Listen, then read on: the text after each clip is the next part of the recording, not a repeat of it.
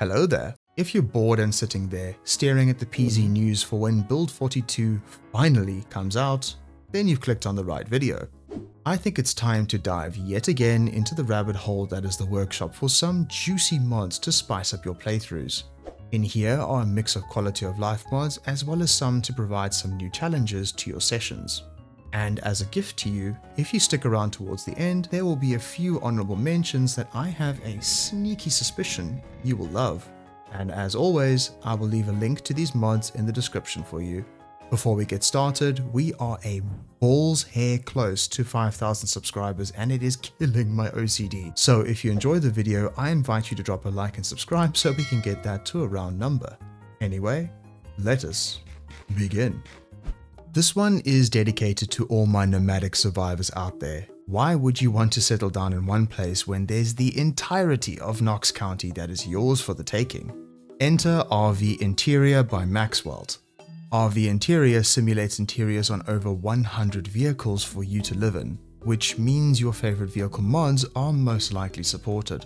All interior spaces are fully customizable and it even has a sink which can be plumbed to a water collector on the roof for easy, convenient access to water. You will need to download one of the many vehicle mods on the workshop, like AutoZar buses for example, for it to work, but once you've ironed out your choice of vehicle, it makes for a fantastic mod for those of us who like to move around from place to place.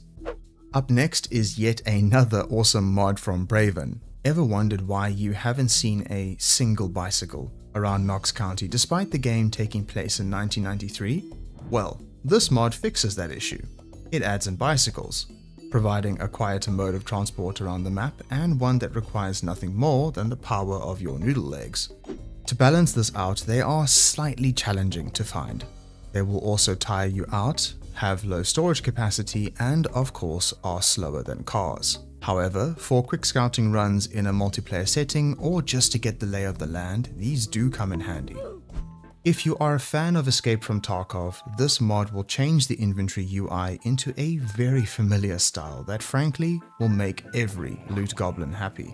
Inventory Tetris by Notlock changes the standard inventory UI into a visually stunning grid-based system that makes it easier to manage loot or loot items in a hurry. I mean, look at it, it looks so good. There's also a bunch of add-ons for the mod on the workshop so you can customize it further, like being able to resize the window and more. It took me a while before I added this one in, but once I did, I cannot imagine playing without it. Just don't forget to install the Equipment UI Tarkov style interface that the mod author provides and you're good to go. This next mod has to be one of my favorite mods out there in the rabbit hole that is the workshop. Apocalypse Machines 2 Wheelz by Planet Algol adds in a bunch of motorcycles to the game for a change of scenery to your vanilla modes of transport. Yeah, those are all cool and all, but that's not the reason why I love this mod so much. Ladies and gentlemen, I present to you the reason why I love this mod so much. This thing. Yes, you heard me right. This wheelchair is the best thing to grace this workshop. It's the one you've seen in a few of my videos and I know a lot of you have been asking about it, so here it is. There's nothing more satisfying than doing a drive-by shooting in one of these. Sure, it's wonky and hardly practical, but it doesn't use fuel and has a little storage compartment and is pure fun to use. Get it? You won't be disappointed. Next up is Grab and Drop by Beyond, which makes picking up items in the heat of the moment an absolute breeze. It allows you to bind hotkeys to instantly pick up and drop any item that can be equipped in your hand. With this mod, you can pick up and drop weapons without having to go through the inventory each time, pick up and drop bags, and equip items to your backpack. The mod is also fully customizable, allowing you to change the hotkeys to your heart's content. Very good quality of life mod that I recently added and it has been a big help in my general playthrough. Definitely worth a look. Next up is I Might Need a Lighter by Fingbell, which is a variation of the slightly OP I Don't Need a Lighter mod, also by the same author. The first variant essentially made the smoker trait give free points in the literal sense of the word by allowing you to light your cigarette almost everywhere, using the cigarette lighters in cars, on stovetops, campfires, etc., essentially rendering lighters obsolete as the best way to light your cancer sticks. So, to change this up and make it more balanced, he released this version. The I Might Need a Lighter mod aims to still keep lighters as the best option for those of us who like using the smoker trait, but still adds in the option to light them in cars, stovetops and more. However, these do come with a few caveats. Car lighters aren't guaranteed to spawn in every car, are treated as a car part and can break, and it takes some time to warm them up enough to light the cigarette, which is also tied to the current battery level of the car. Lighting cigarettes on stovetops now carries a risk whereby if you try lighting a cigarette while your survivor is in a bad state, you run the risk of an accident. Likewise, the time it takes to light the cigarette on a stovetop is also tied to the current state of your survivor. Of course, all these settings can be tweaked in the sandbox settings to your satisfaction. As someone who personally enjoys the smoker trait, adding this in provides a sense of realism to your playthroughs and helps prevent that annoying moment of realizing your lighter is now out of juice, leaving your character an anxious mess until you find another. This next mod goes out to all my survivors who love decorating their base.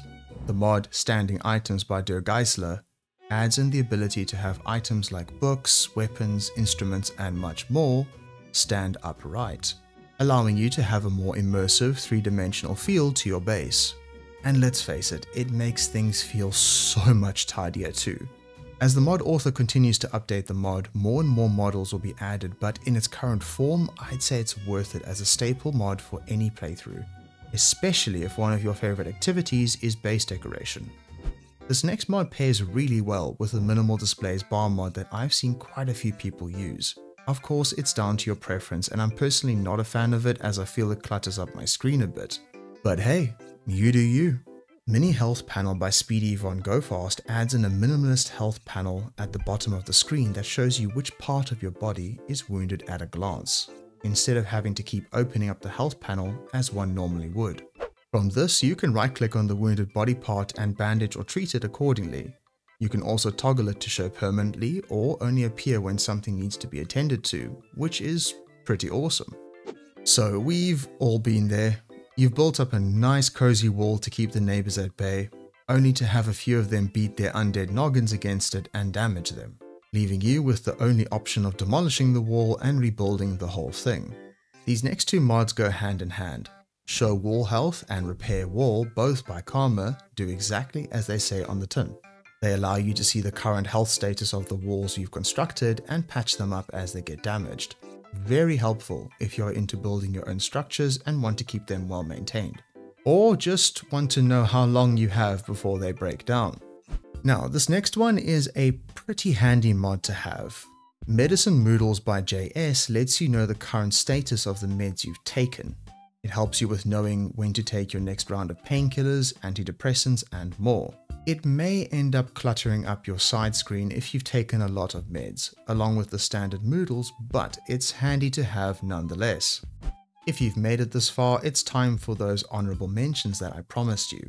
I will also be leaving a link to all the previous mods in the description below. Yet another thing that I feel should be added to the base game, or at the very least, the ability to play musical instruments. We tend to find a lot of guitars and such around the map, but all they are weapons that break in 2 hits. How exciting.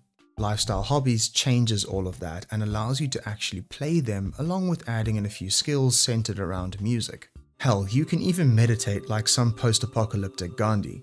Jam it out with your fellow survivors in multiplayer, start your very own apocalypse speakeasy, and dance your depression away. This mod also has a load of add-ons that you can implement as well. Among one of my favorites is the Stalker Music add-on that allows you to play songs from one of the greatest games of all time. In my eyes, it's a great quality of life mod that also adds some deep immersion into the already gloomy environment. So one of my biggest gripes with Project Zomboid, especially in long playthroughs, is that once you have a base going and are all nice and settled, you very rarely get a horde knocking at your door. At least without the help of mods. Time after time, I found myself in no immediate danger unless I purposefully put myself in dangerous situations. So I dived into the workshop like Dora the Explorer on the hunt for mods that affected horde migration, and stumbled across this one. Please Don't Feed the Zombies by Empty Set makes it so that zombies are attracted to corpses that you leave in your wake. The more concentrated the corpse pile, the more zombies are drawn in, essentially treating the corpses as ticking horde bombs. However, I must warn you, I'd strongly recommend that you tinker with the settings, as this mod can very quickly get out of hand. You can disable the horde mode in the settings, which will make the zombies only go for corpses they can see, as opposed to homing in on them. With the horde mode on, just one corpse can act as a homing beacon for all nearby Zeds, so use this one with a bit of caution. I thought I'd throw it in here as a difficulty slider kind of mod for those of you who are looking to spice up your playthrough a little bit. And that's it for the mods. If there are some mods that you cannot play without, pop them in the comments so other survivors can see them. If you haven't already, drop a like and subscribe. Good luck out there, survivor, and I will see you in the next one.